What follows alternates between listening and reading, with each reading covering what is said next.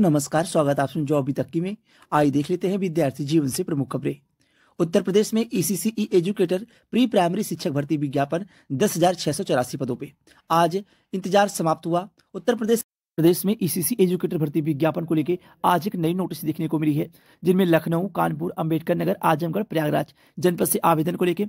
वहीं कुछ ऐसे जनपद है जहां पे आवेदन की प्रक्रिया समाप्त होने के बाद आज रीओपन किया गया आवेदन को लेकर, और आवेदन की तिथि भी मार्च माह में रखी गई है। वहीं कुछ ऐसे भी कैंडिडेट हैं जिनका कमेंट्स वगैरह आ रहे थे कि उनके मार्कशीट में दिक्कत है, और आवेदन से पहले कुछ लोगों के डॉक्यूमेंट वेरिफिकेशन के लिए कॉल आना शुरू हो गई है। इसमें क्या सच्चाइयाँ हैं, क्यों इतना बड़ा फॉरेप चल रहा है भर्ती विज्ञापन में इसी एजुकेटर के। वहीं आवेदन की प्रक्रिया को लेकर आप अपने फ़ोन से या अपने लैपटॉप, डेस्कटॉप से आप कैसे रजिस्ट्रेशन कर सकते हैं, आईडी पासवर्ड कैसे बना सकते हैं। कुछ ऐसे भी जनपद है जहां पे आवेदन की प्रक्रिया समाप्त होने के बाद रीओपन किया गया है और दोबारा से आवेदन प्रक्रिया चल रही है। अंतिम तिथि क्या है वही बात करेंगे। डॉक्यूमेंट वेरिफिकेशन को लेकर कुछ जनपदों के आवेदन की प्रक्रिया समाप्त होने के बाद डॉक्यूमेंट वेरिफिकेशन की नोटिस देखने को मिली है। देवरिया, सुल्तानपुर और सीतापुर जनपद में भी आवेदन की प्रक्रिया और डॉक्यूमेंट वेरिफिकेशन कंप्लीट होने के बाद फाइनल परिणाम और कट ऑफ क्या देखने को मिल सकती है, संपूर्ण जानकारी मिलेगी। अगर आप चैनल पर नए हो तो चैनल सब्सक्राइब कर लें और शेयर भी करिएगा, ताकि आगामी भर्ती विज्ञापन परीक्षाओं की जानकारी मिलती रहे। पहले लिए चलते हैं आप लोगों को ऑफिशियल साइट पे, जहां से आप लोग अपने अपने जनपद में आवेदन की प्रक्रिया शुरू हुई है, विज्ञापन जारी हुआ है या नहीं हुआ है, और कैसे अपने अपने जनपद के विज्ञापन की जानकारी आप लोग पा सकेंगे, इसको लेके बात कर लेते हैं। तो सेवा योजना पोर्टल पे आप लोग आ गए। यहाँ पे आप लैपटॉप हो, आपके पास डेस्कटॉप हो, या आपके पास कोई भी मल्टीमीडिया फोन हो, तो वहाँ से आप लोग सेवा योजना गूगल क्रोम पे आके सेवा योजना टाइप करिएगा। उसके बाद रोजगार संगम ओपन होकर आएगा। यहाँ पे आप क्लिक करिएगा। क्लिक करने के बाद ये आपको ऑफिशियल साइट आ गई है। ऑफिशियल साइट में जिसमें आपको 4 एरो देखने को मिलेंगे।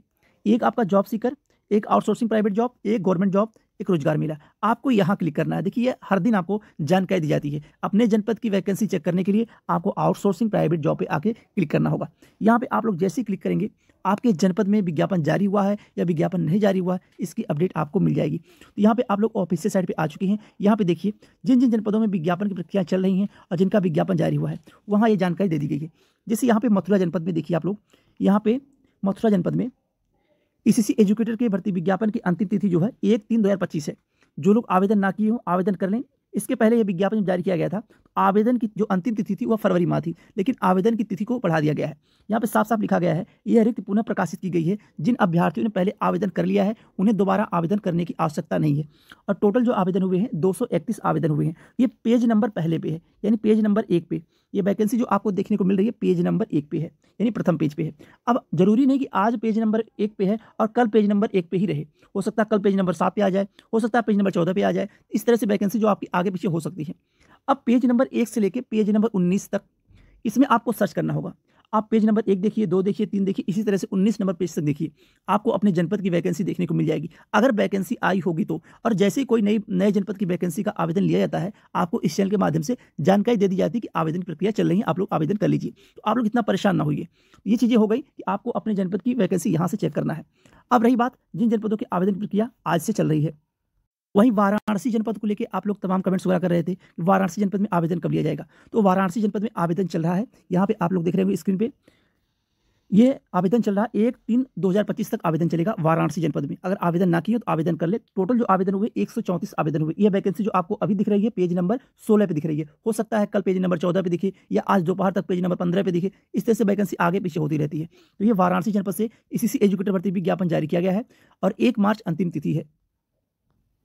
वहीं एक और विज्ञापन देखने को मिला है, स्पेशल एजुकेटर भर्ती विज्ञापन। आप लोगों से बताया गया था कि स्पेशल एजुकेटर भर्ती विज्ञापन में बीएड के साथ में टेट या सीटेट अगर आप पास हो तो आप आवेदन कर सकते हैं। तो स्पेशल एजुकेटर भर्ती विज्ञापन पीलीभीत से विज्ञापन जारी किया गया है। अंतिम तिथि 28 फरवरी है और आवेदन की तिथि बढ़ सकती है, संभावना ज़्यादा है। फिर भी आप लोग अगर आवेदन ना किए तो आवेदन कर ले। तो अभी टोटल जो आवेदन हुए हैं 701 आवेदन हुए हैं। बांदा जनपद को लेकर आप लोग तमाम कमेंट्स वगैरह आ रहे थे। तो बांदा जनपद में 28/2/2025 यानी कि 28 फरवरी अंतिम तिथि है और आवेदन चल रहा है इसी एजुकेटर का। और टोटल जो आवेदन अभी तक हुए हैं वह 370 आवेदन हुए हैं बांदा जनपद में। जो लोग बांदा जनपद में आवेदन अभी ना किए हों वह आवेदन कर सकते हैं। वहीं श्रावस्ती जनपद में भी इसी एजुकेटर भर्ती विज्ञापन जारी कर दिया गया है। श्रावस्ती जनपद की अंतिम तिथि जो है विज्ञापन की वह 28 फरवरी है। जो लोग श्रावस्ती जनपद के हों और आवेदन का इंतजार कर रहे हो तो आवेदन की अंतिम तिथि अब समाप्त होने वाली है। आप लोग आवेदन 28 फरवरी से पहले कर लीजिए। टोटल आवेदन 20 हुए हैं श्रावस्ती जनपद में। दोबारा से आवेदन रीओपन कर दिया गया है। अगर आप आवेदन ना किए हो तो आवेदन कर सकते हैं। वहीं बात करें प्रयागराज, कानपुर, अंबेडकर नगर, आजमगढ़, लखनऊ कुछ ऐसे जनपद है जहां पे सेवा प्रदाता एजेंसी का चयन हो चुका है और आने वाले 3 से 4 दिनों में आपके आवेदन को लेकर लिंक एक्टिवेट कर दिया जाएगा। अभी तक जिन जिन जनपदों का आवेदन शुरू हुआ है उसकी जानकारी सबसे पहले आप लोगों को इसी चैनल के माध्यम से दी गई है। अब सेवा प्रदाता एजेंसी का चयन होने के बाद ही आपका लिंक एक्टिवेट होगा।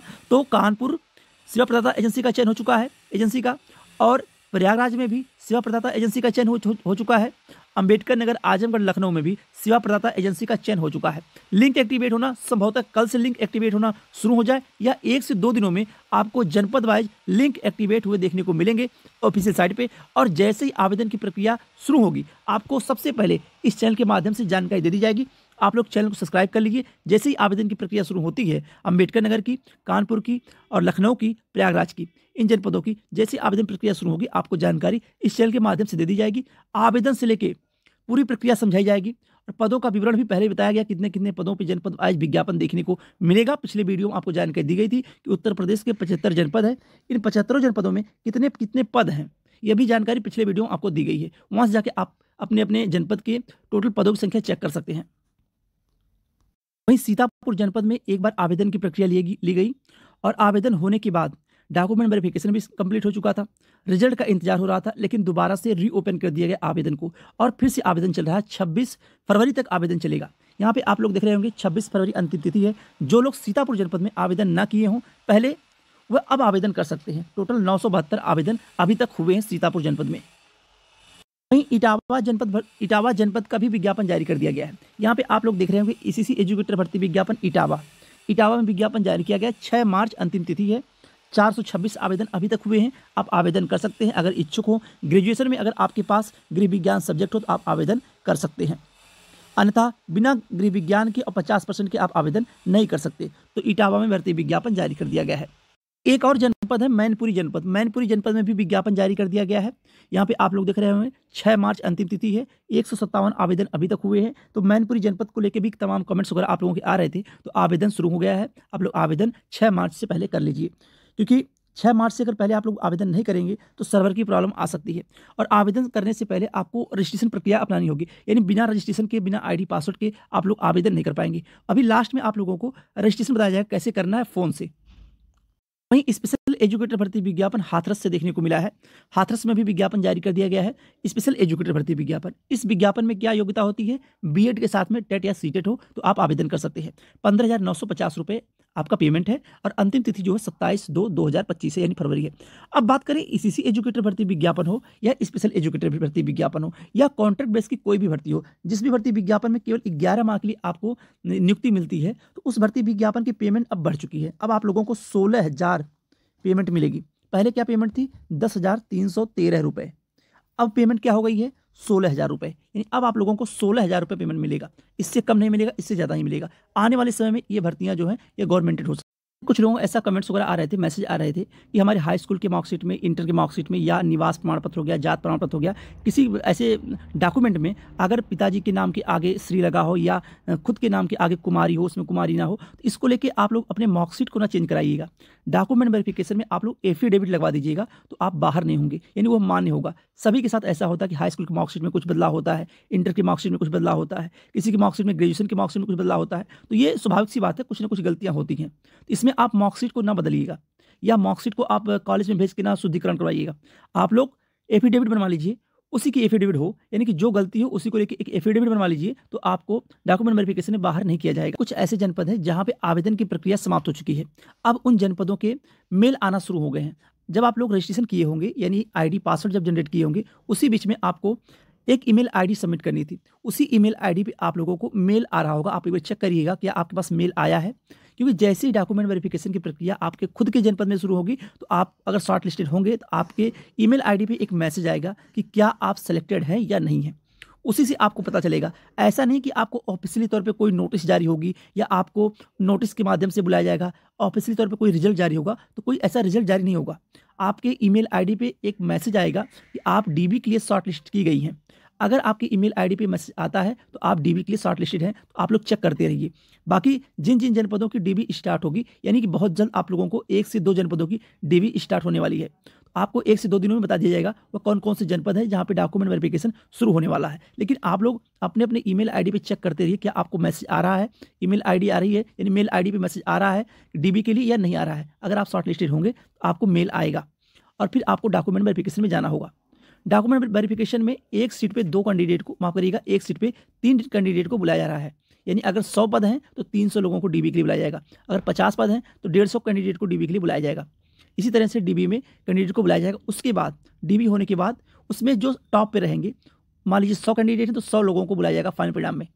तो इस तरह से आपका सिलेक्शन होगा। अब आपका पेमेंट बढ़ चुका है, पहले पेमेंट 10,313 रुपये था, लेकिन अब आपको पेमेंट मिलेगा 16,000 से लेकर 18,000 के बीच में। बात करें देवरिया जनपद, सुल्तानपुर जनपद, इन 2 जनपदों का रिजल्ट भी बहुत जल्द देखने को मिलेगा। तकरीबन 1 सप्ताह के अंदर अंदर आपको रिजल्ट देखने को मिल जाएगा, क्योंकि इन दोनों जनपदों का डॉक्यूमेंट वेरिफिकेशन कंप्लीट हो चुका है। अब रिजल्ट बहुत जल्द देखने को मिलेगा। आप लोग कल देर शाम या एक दिन और इंतजार करिए, आपको वह भी जानकारी दे दी जाएगी कि कट ऑफ कितनी जा रही है और रिजल्ट किस दिन देखने को मिलेगा। बाकी ईसीसी एजुकेटर भर्ती विज्ञापन की कोई नई अपडेट के लिए आप चैनल सब्सक्राइब कर लें और शेयर भी करिएगा। आज के लिए इतना ही, बहुत बहुत धन्यवाद। जय हिंद।